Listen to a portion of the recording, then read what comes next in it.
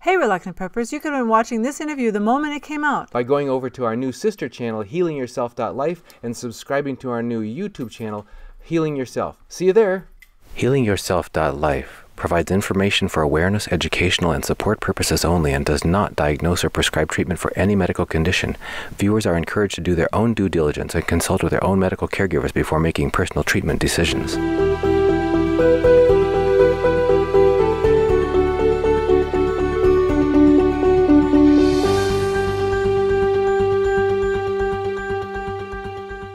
Welcome to HealingYourself.Life. I'm your host, Dunagun Kaiser. And I'm your co-host, Melody Kaiser. Today we're here to talk about living with Lyme and being married with Lyme. Lyme disease is something that came uninvited into our lives, and we'd like to talk to you about the difficulties that it threw us through and how we came out the other side and some of the struggles along the way, hoping that some of our story might help others who are dealing with similar things. So one of the things that we wanted to start with is what we knew about Lyme disease before it entered our lives.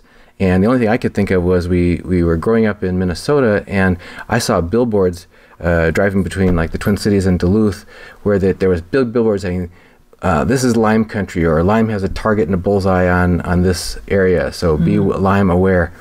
And I just heard some things about it on the news and I lumped it in my mind together with all these other dread diseases that people worried about, like swine flu and bird flu and everything else. And I thought, well, it sounds serious, but then I didn't hear much about it more and more over the years. So I figured it was just something that was just kind of like the hype of the moment. Yeah, and I remember just hearing on a TV show I was watching locally, it was kind of I think he was a hunter or something, and he had gotten Lyme, and he was saying, you know, you should always try to catch it early because he didn't, and he was having some nerve problems, and I don't remember if he had a heart issue or not, but he was on long-term antibiotics after that because they didn't catch it. So that was the only thing I really knew, is if you get it, you better know right away and get it treated right away. And then I didn't think about it for about 15 years. Yeah. And we actually no longer lived in that part of the country, and we were just back visiting for a special occasion, and as part of that special occasion, I was invited to go do this commando paintball in the woods, and this is actually in the woods of western Wisconsin, right across the border from the Twin Cities. I think it's worse there, I think. And didn't think about that at all. I mean, when we were kids growing up in Minnesota, we would go outside and you might get a wood tick, a deer tick. A wood tick, like a dog tick in your, and it was annoying. It was mostly just kind of gross you out, but it was never of serious concern. Right. And I didn't have serious concerns, and I failed to take prudent precautions of putting on DEET or that kind of thing. I certainly wore protective layers of clothing because I knew I was going to get hit with paintballs, or the other people were going to get hit with paintballs. Yeah, but that's all I was thinking about, and just trying to have a good time, relax, and have fun. Right. And it involved capture the flag in a deep wooded situation on a hill, and with paint guns and all that, and we were doing belly crawling to evade the enemy and that sort of thing. So the next day, like 24 hours later, was it I or you who said, hey, what is that? No, you found it. Right by my belly button, or below my belly button, was this, kind of looked like a blackhead, but it wasn't. No. It was an embedded deer tick. I said, I think it's a tick. Is this a tick? And he said, you better get it out of there right away. So you were pretty panicked about it, because I think at that point you did know it was serious. I had never actually seen a deer tick in my life. No. And I mean, they're hard to see. Neither one of us, and we knew right away it was a deer tick. And we pulled it out with tweezers and got the whole thing right away. And you said, oh man, because we were going to be not home for a couple of days because we were traveling. So as soon as we get home, you got to get medical care. Yeah. So as soon as we got back to our hometown, I sought out my regular doctor, and they were like not familiar with this at all. So this is back in the central Midwest, and they were in a state where it's not familiar, and they didn't. He went ahead, I go look it up in the book. He says, he comes back and says, okay, I'm going to give you 10 days of this antibiotic, and that should be do it. Like he said, actually, we'll do a blood test, but it's too early for the blood test to yield results, because the blood test can only measure the antigens, your body's response to the disease, and it won't have detected it yet, and it won't have mounted its defense, so we won't detect it anyway. But we'll go ahead and do the blood test, and we'll do the treatment anyway. So went home, and I guess we can talk a little bit about what happened after that. But if you want to talk about how you caught it, because you did not catch it in the woods doing commando paintball from a deer we know tick. that for sure because the perpetrator in my case was a deer tick. Right. The perpetrator in your case was you.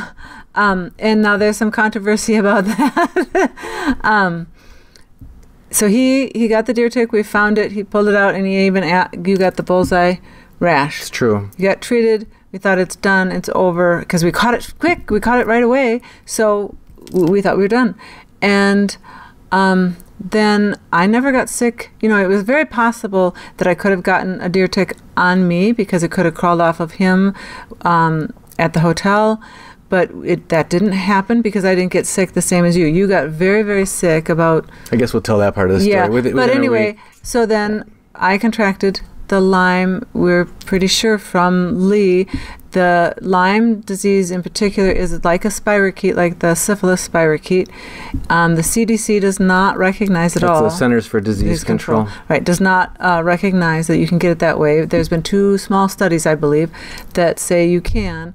And that's how we believe that I caught it, was from Lee. And I started getting hip pain that I've not had. That wasn't normal for me. And my neck, I do have some issues. And the Lyme, we learned, goes to your weak points. And I do have neck and shoulder issues. But that started getting worse and worse and didn't get better. So I thought, I need to get tested.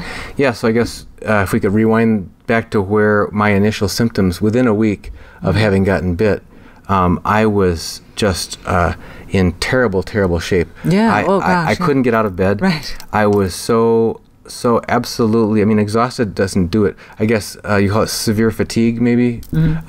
And I was fevers and chills, and the middle of the night trying to fill a hot water bottle because of my chills, and I couldn't fill the hot water bottle because my hands were shaking. My whole body was shaking. I was trying to hold my hands were getting scalded from the hot water because I couldn't get the water bottle under the faucet because I was shaking so bad. And so then I was bedridden and called into work sick. I couldn't go into work, and you were doing everything. You were taking care of everything, and preparing all the food, doing the laundry. And you came and you brought me food in bed. And then the second day you said, would I like to take my lunch on, or maybe it was the first day, would I like to take my lunch on the deck? And I just looked just out from our dining table, out through the patio door to the deck table. So it's like 10 feet away. And I thought, what an insane thing to have suggested. It's so far. Look how far that is. I couldn't conceive of walking another 10 feet to get to lunch.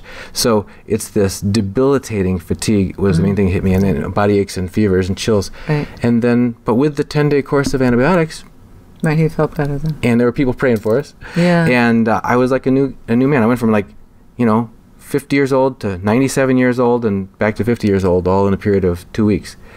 And we thought, wow, that was scary. Lucky we jumped on it quick.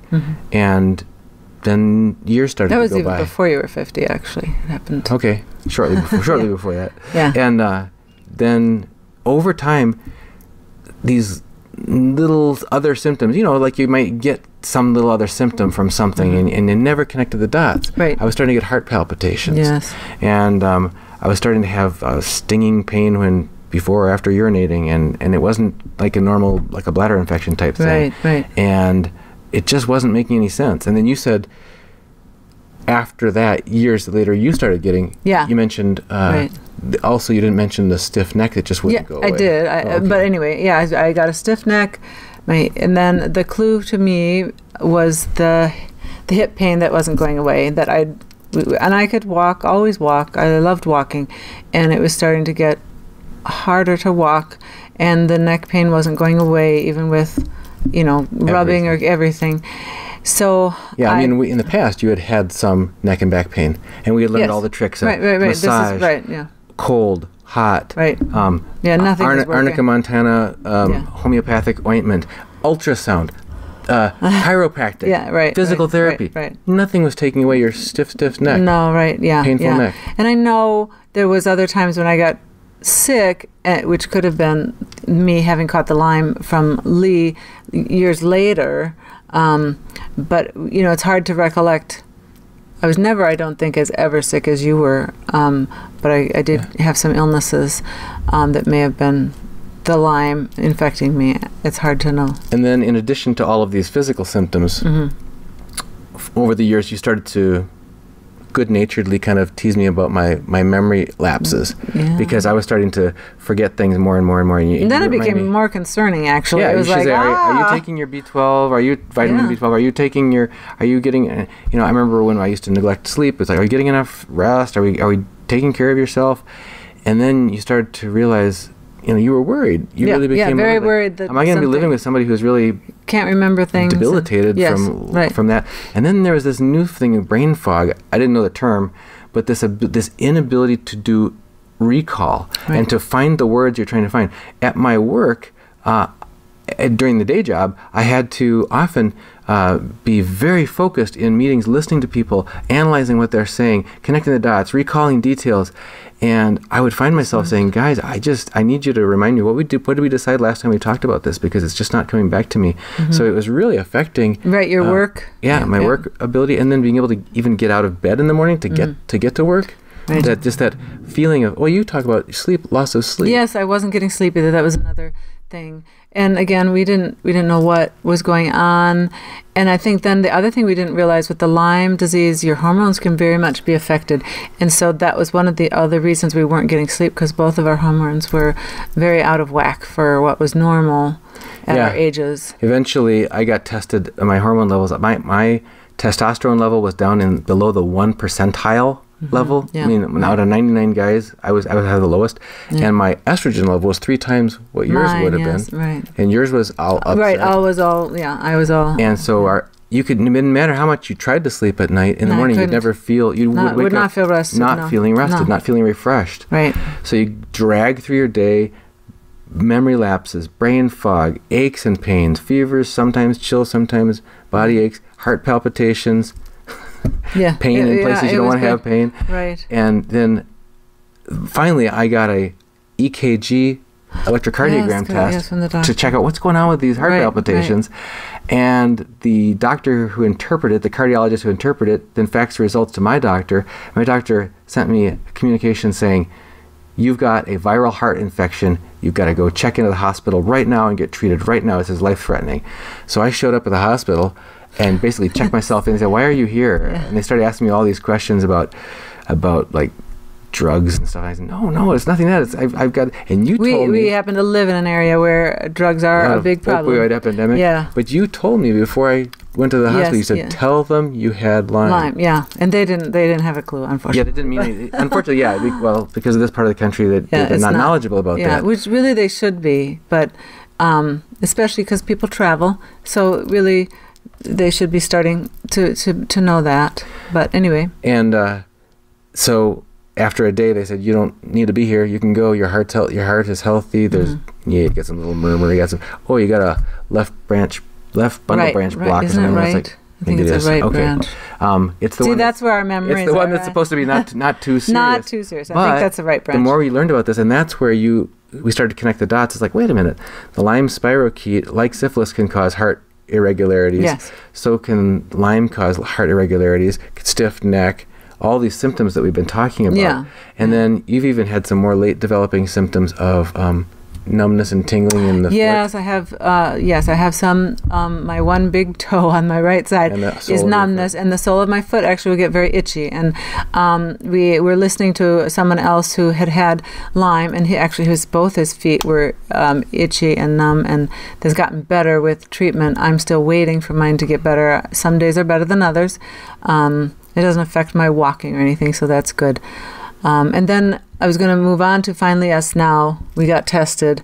We went to the doctor, who is a Lyme-literate doctor. This is the thing is, just you know how life sometimes miracles happen.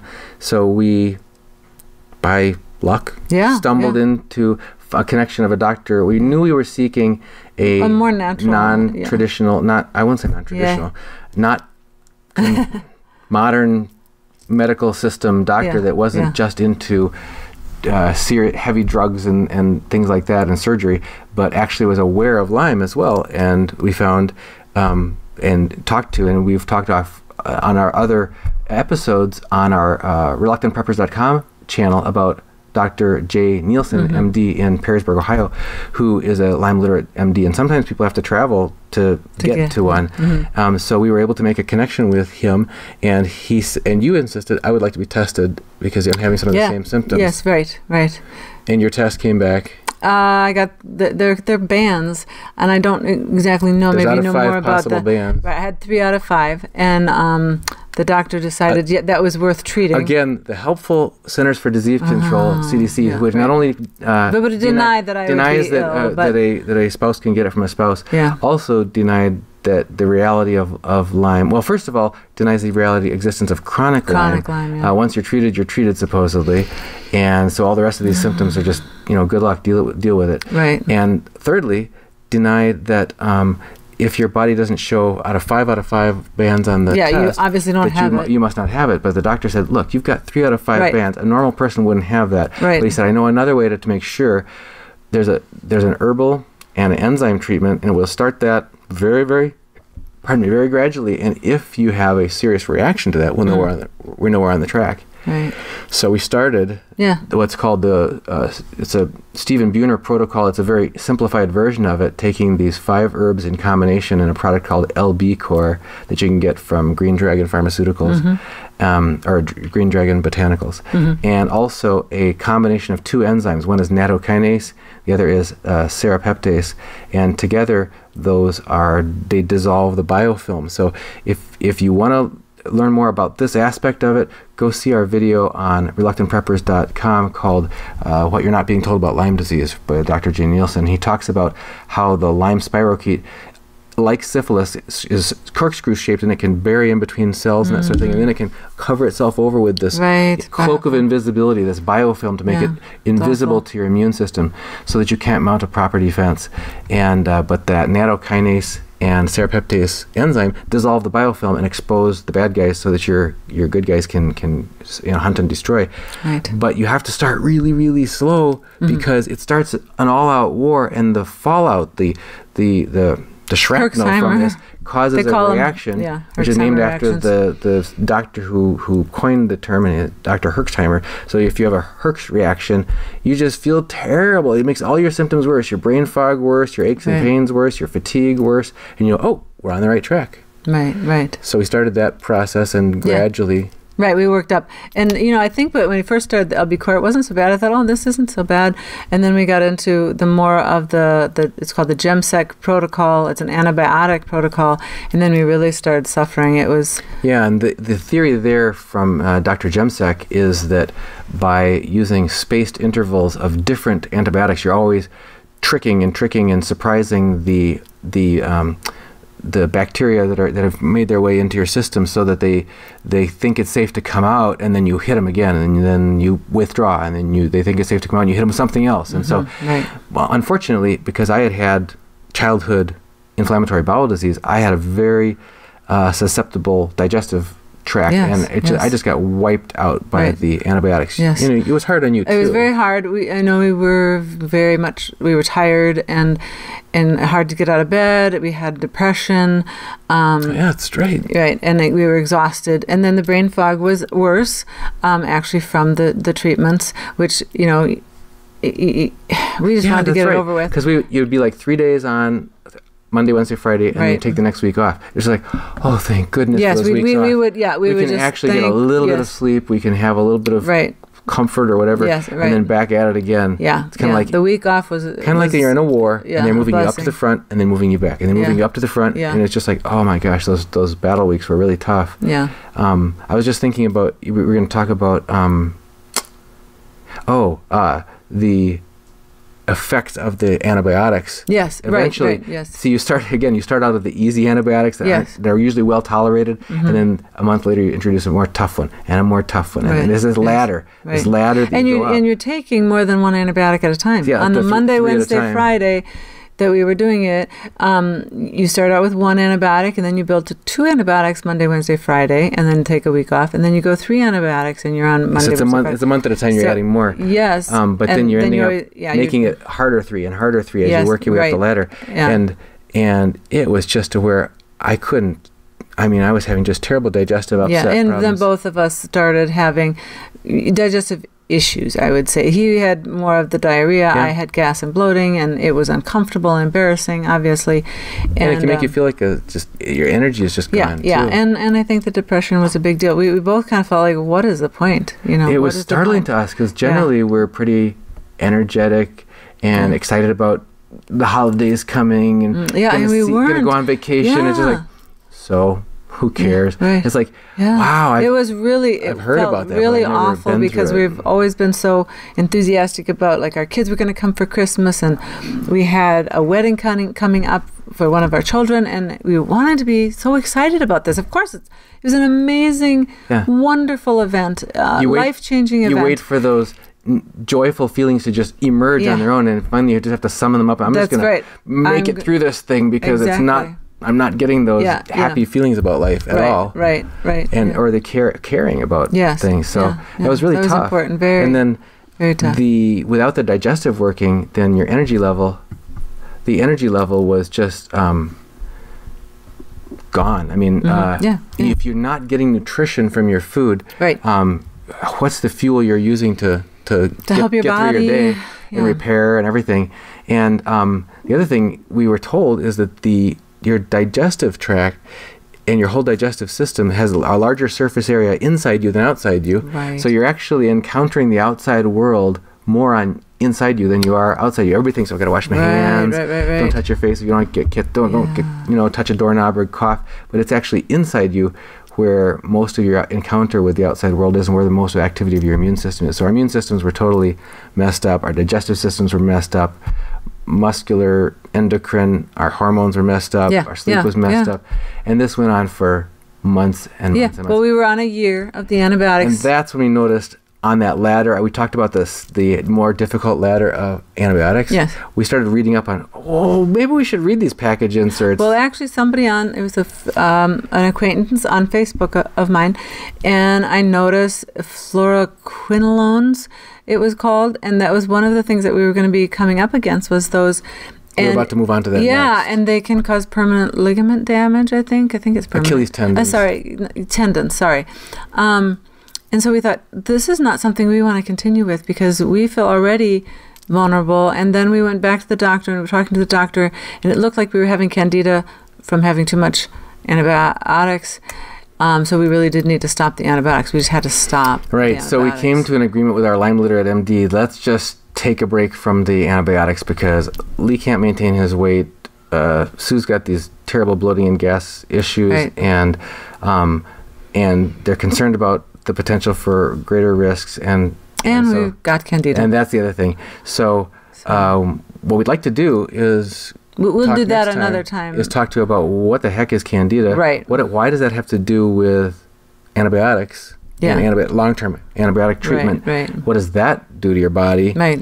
And how do you treat that? And you can look forward to that next time. But I guess just on this point, and maybe we'll get back to this, is how struggling through chronic illness affected our relationship. Oh, yes, as well. yes. There's another thing. It does so we'll get back to that also. Yeah, okay. We can do that. How you support your partner through chronic illness. Right. And then another thing I just wanted to mention before we leave was one of the things we started doing that I think has been a real blessing is we found out actually the saunas that we enjoy has a really good medical purpose as long as we use cat's claw and otoba bark because, again, the Lyme is extremely smart.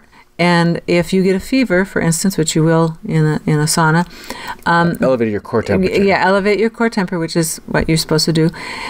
The Lyme will cover itself with a hard shell. Turns into a cyst. Turns into a little cyst. Protect itself. Thank you. And then the sauna will do you no good. But we found through our own research and through talking to herbalist, was it? Yeah, you did. Yeah. You did. Yeah, you talked to an herbalist. We got this otoba bark and this cat's claw, and we use that before we go in the sauna. And it's supposed just so you know, it's not an actual cat's claw. It's a type of herb called cat's claw. Yes. And when you take those two in combination, it's been proven in vitro in laboratories to prevent the spirochete, the Borrelia burgdorferi spirochetes, from being able to turn into their cyst form. And if they're not in their cysts, they're exposed. They're vulnerable their soft underbelly is exposed, and then the heat. Right, then can actually do the heat can do its job of killing them. Most infections, you raise your temperature. We've been able to get it up to 102, 103 our temperatures, and anything above 100 will kill not only the Lyme but the Candida that we were having. So that was good news, and that's been a nice thing for us to do. But we can talk another time about the effects on the marital relationship. Obviously, when you're both feeling depressed and you don't have any energy, life's not the greatest when you're hurting like that. So yeah, we'll need to a lot of thoughts are coming to mind that we can share in that one. Yes. Thank you for this, and please add your comments below. If you haven't subscribed to our channel, this is HealingYourself.Life. Yes. Subscribe. You're gonna be glad, because you're gonna get all kinds of different topics on different subjects of wellness. Right. For all of us to learn, because that's why we're here too, because we learned, because the medical system isn't going to help you. Something I think we need to say is that you're in charge of your health, really. Doctors aren't going to help you always. And yes, you can trust some more than others, but still you have to also trust yourself. If things are not going well, here we had a very Lyme-literate doctor, and we decided we just couldn't take that medication. We need to find another path, even though he's a great doctor. So again, you have to listen to yourself and listen to your own body and listen to your own thoughts. Take advice that you want to take in, and then leave the rest, because you have to take care of yourself. And that's what we've learned through this process, is you can't always trust the medical system at all. And you need to do the research. And you need to do the research on your own, as hard as that is, especially when you're feeling ill. So who wants to do research? We'll share some more tips also later on organizations and websites where you can get additional information. Exactly. Thank you for joining us on HealingYourself.Life.